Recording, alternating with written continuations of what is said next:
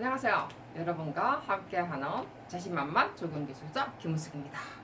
자, 저번 시간에는요, 우리 환경영향평가에 관한 이야기를 했었죠. 자, 이번에도 환경부에서 하는 일 중에 우리가 자연환경보존법하고 생태자연도에 관한 이야기를 할 건데요. 환경부에서 하는 일, 우리가 환경정책기본법을 좀 더 간단하게 제가 해봤어요. 그래서 환경영향평가법 환경정책기본법 안에는요, 환경영향평가법 하고요, 그 다음에 자연환경보존법, 그 다음에 대기환경보존법, 그 다음에 물환경보존법 중에 오염 총량 기준에 관한 내용들이 전부 다 환경정책기본법 안에 다 들어가 있습니다. 그죠? 자, 이런 것들은 또 환경영향평가법, 자연환경보존법, 그 다음에 대기환경, 그 다음에 물환경에서 오염 총량 이런 것은요, 전부 다 환경영향 평가를 해야 된다라고까지 다 했었죠. 그 다음에 이제 또 우리가 환경영향 평가의 어떤 유형으로 봤을 때는 우리가 전략 환경영향 평가가 있었고요, 환경영향 평가와 그 다음에 소규모 환경영향 평가가 있었습니다. 그죠? 자, 뭐 환경영향 평가와 소규모 환경영향 평가는 대기 환경에 하느냐 안 하느냐의 어떤 차이점을 가지고 있고요. 그 다음에 그 전략 환경 영향 평가 같은 경우는 전략 계획이냐 개발 계획이냐에 따라서 우리가 구분을 했고요. 그 다음에 또 제가 그때 스크리닝하고 티어링하고 스코핑 같은 경우는 조금 구분이 애매모호한 부분도 있는데, 제가 조금 더 간략하게 뭐 많은 내용 중에 안 그래도 간략한 거지만 좀 더 또 간략하게 한 단어로만 조금 더 구분을 해보자면, 우리가 저번 시간에 제가 티어링은 우리나라에서 잘 안 쓴다라고 그랬어요. 그리고 또 잘 안 쓰는 이유도 좀 보니까 뭐 있을 수는 있을 것 같아요. 근데 잘 그냥 뭐 환경영향평가 다 해라 라고 이야기를 하는 것 같아요, 보니까. 왜냐하면 애매모호한 부분들이 좀 있긴 있어요.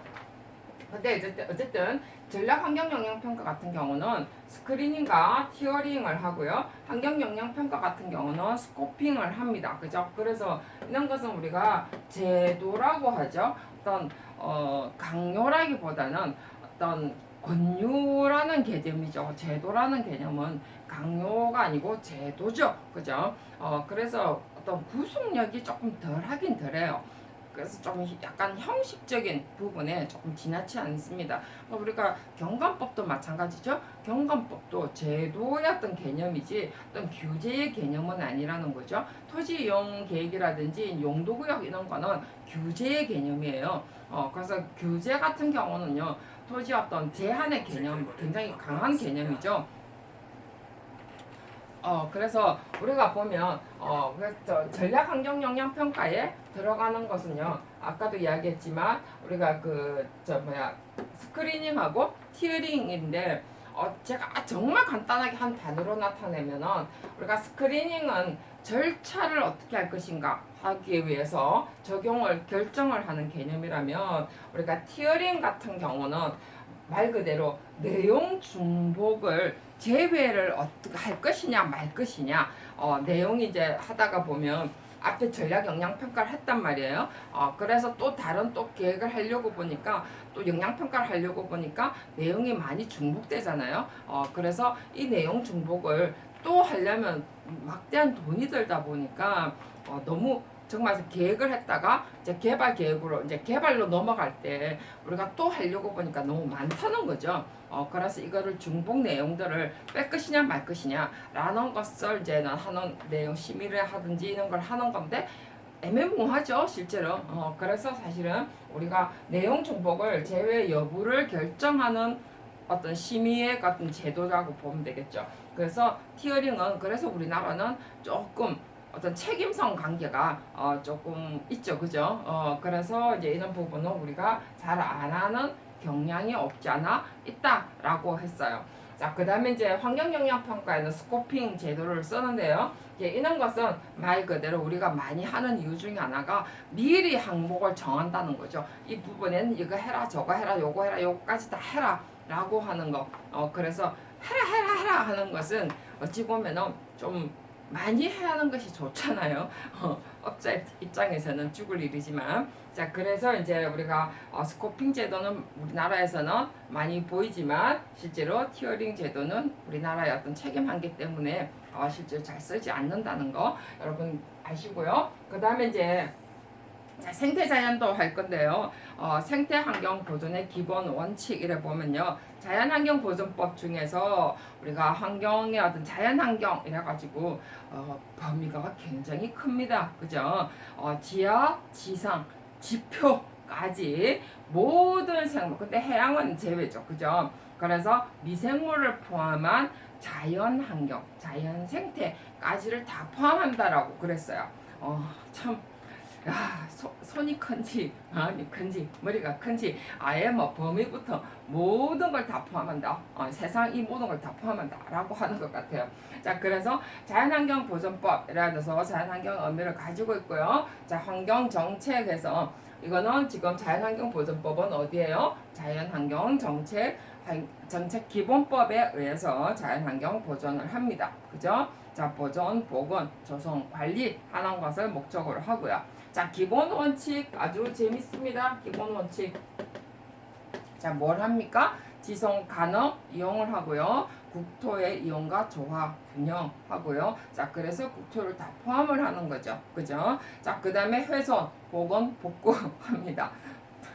너무 많이 하네 진짜. 좀 주시 우리한테. 그 다음에 부담의 공정 하고 그 다음에 지역 주민의 우선화한다, 이익을 우선화한다 라고 했는데, 자, 나중에 이게 어디까지 가냐면요, 자, 생태관광까지 갑니다. 자, 생태관광 하면서요 굉장히 사실은 말이 많거든요. 지역 주민을 우선화한다 라고 했는데 이제 이게 생태관광 할 필요가 있느냐 없느냐 라고 나옵니다. 그래서 우리가 생태관광 나중에 한번 우리가 생태관광 인정제 그것도 그죠.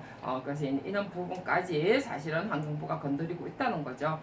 그래서 우리 이런 부분 나중에 한번 보게 되니까 한번 제가 이야기를 해놨으니까 나중에 한번 봅시다. 그래서 우리가 이게 말은 지역 주민한테 어떤 혜택을 가겠다라고 이렇게 기본 원칙을 정했습니다. 이 원칙 하에 그러니까 생태관광의 어떤 인정제라고 안에 그 하면서 지역 주민한테 돈을 주겠다라고 했는데, 글쎄요, 안에 내용 들어보면 별로 그렇진 않는 것 같아요. 자, 그러면서 어쨌든 이렇게 기본 원칙이 정해져 있고요.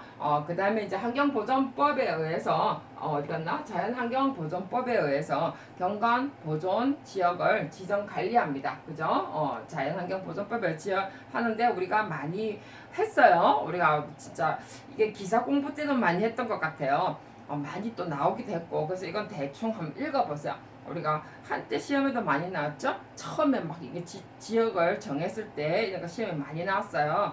그래서 핵심 뭐 구역, 그 다음에 완충, 그 다음에 전이구역 이래가지고 그죠. 뭐 핵심 당연히 전이 그 다음에 완충, 그 다음에 전이 그래서 마을지구 뭐 그 다음에 뭐 완충지구, 그 다음 핵심지구 이래가지고 했죠. 그죠.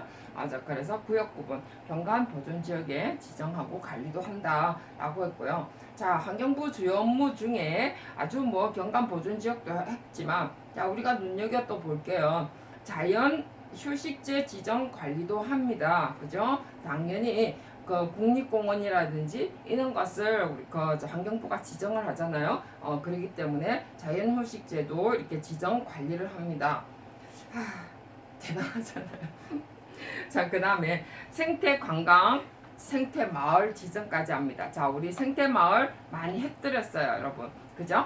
생태마을 우리가 조성하면서 굉장히 우리 또 많이 참여를 했죠. 자, 이게 지정 어디서 한다고요? 우리가 환경부에서 합니다. 그죠? 우리는 마치 국토부에서 하는 줄 알았죠. 저도 옛날에는 국토부에서 하는 줄 알았어요. 자, 그 다음에 생태자연도 작성합니다. 자, 이것도 국토부에서 하는 줄 알았죠? 그죠? 그런데 환경부에서 한다는 거죠. 자, 우리가 때로는 좀 우리가 국토부에서 한다고 생각을 했는데 아니죠. 그죠? 국토부에서 이거 하면 안 돼, 진짜.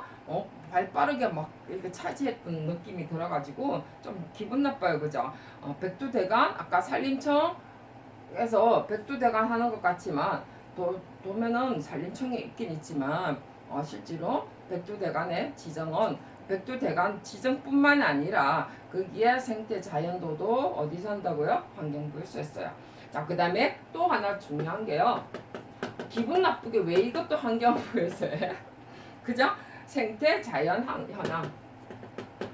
자, 도시인데 도시 생태 현황 지도 작성도 환경부에서 합니다. 물론 환경부에서 적용해서 업무가 하겠지만, 그러면 환경부에서 적용학과를 실시를 많이 해야죠. 그죠? 많이 드려야 되는데 환경부에서 적용학과 출신들이 도대체 몇 명 있을까요, 여러분? 자, 오늘 여러분 한번 뒤져보세요. 우선 진짜 데모네이션을 하든지 뭔가 해야지. 그죠? 자, 도시 생태 현황 도대체 왜 환경부가 가지고 있는지 모르겠어요. 제가 지금 시사 토론하는 건 아니지만, 우리가 이제 이런 걸 알고 지나는 게 훨씬 좋죠. 자, 그 다음에 요거 이제 제가 이걸 해줘야 되는데, 제가 이거 보면서 사실 환경부 하는 거 보면서 엄청 기분 나쁜 게 되게 많은 게 이제 이런 거예요, 사실은. 그러면 말 그대로 이게 적용학과 출신들이 대거 들어가야 되는데, 적용학과 출신이 도대체 몇 명 있는지 모르겠어요. 통계를 안 내봐가지고. 저는 대충 압니다만은 여러분도 한번 아실 필요가 있겠죠.